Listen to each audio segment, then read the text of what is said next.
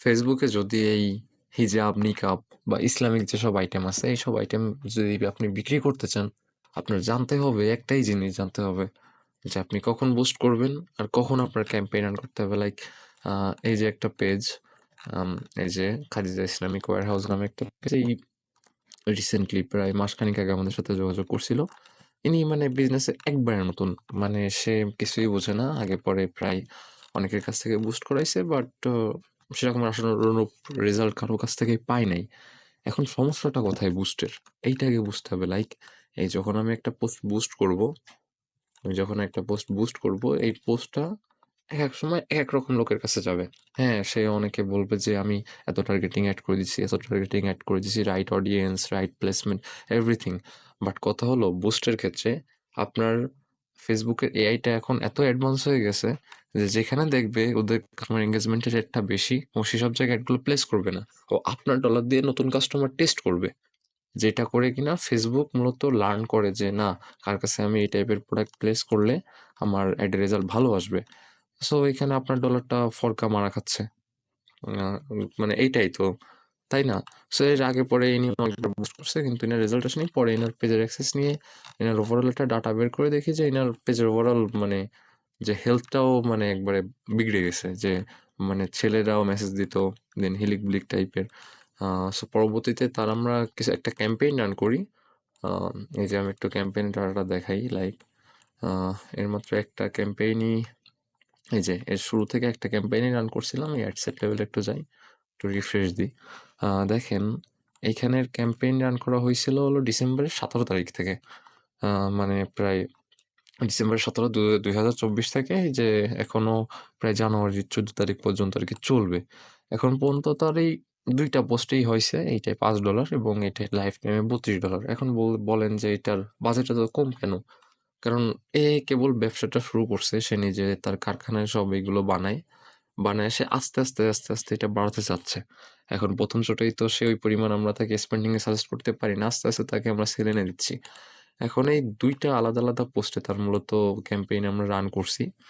এবং দেখেন যে গেমটা কোথায়, বুস্টেও টার্গেটিং করা হয়, এখানেও টার্গেটিং করা হয়। এখানে দেখেন সিম্পল 20 থেকে 40 ওমেন অনলি। এটা বাদে কিন্তু কিছু নাই। ভিতরে এক্সট্রা কিছু টার্গেটিং আছে, ওগুলো একবারে হিডেন টার্গেটিং, ওগুলো দেখাতে পারছি না আমি। এবং এখনো প্রায় $6 মতো বাকি আছে এর।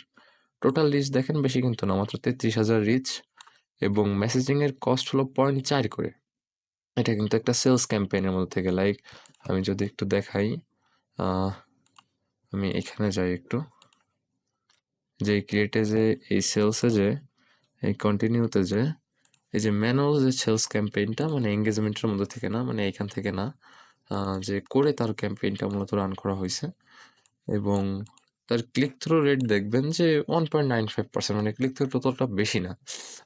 কিন্তু ওদিক থেকে যদি আপনি সেলসের হিসাবটা করেন, তা গড়ে যে তার প্রায় 26টার মতো অর্ডার আসছে এইটা থেকে। মানে যে এইটায় আপনার কত ডলার স্পেন্ড হয়েছে, এই প্রায় $25 মতো স্পেন্ড হয়েছে, আর এটা 4.90 স্পেন্ড হয়েছে। এবং এটা থেকে সে অর্ডার পেয়েছে 26টা, আর এটা থেকে 2টা, মানে টোটাল 28টা অর্ডার মতো পাচ্ছে। এবং তার ডেলি স্পেন্ডিং বেশি না, ডেলি স্পেন্ডিং $1 করে মাত্র। আমি যদি ইয়েস্টারডে দেখাই 2টা, তার আগের দিন যদি দেখাই, তার আগের দিন 3টা, মানে এইরকমের করে ডেলি 2টা 3টা করে অর্ডার, মানে যেটা আর কি তার বিজনেস স্টেবল রাখতে হেল্প করতেছে। আর তার মেইনলি হলো আরও কিছু আমরা ব্র্যান্ড অ্যাওয়ারনেস ক্যাম্পেইন চালাই। সে ঢাকা থেকে কিছু জায়গায় সে তার মালগুলো পাঠায় বিভিন্ন শোরুমে। তো ওই ক্যাম্পেইনের ডাটাগুলো আমি দেখাতে পারছি না, কারণ ওগুলো একবারে হিডেন। আর সো আপনাকে ভাই বুঝতে হবে যে আমি কখন আর কি ক্যাম্পেইন চালাবো, কখন বুস্ট করব। লাইক শুধু বুস্টের পর বুস্ট করে গেলেন, একসময় সেল আসলোর পর যে সেল আসবে না।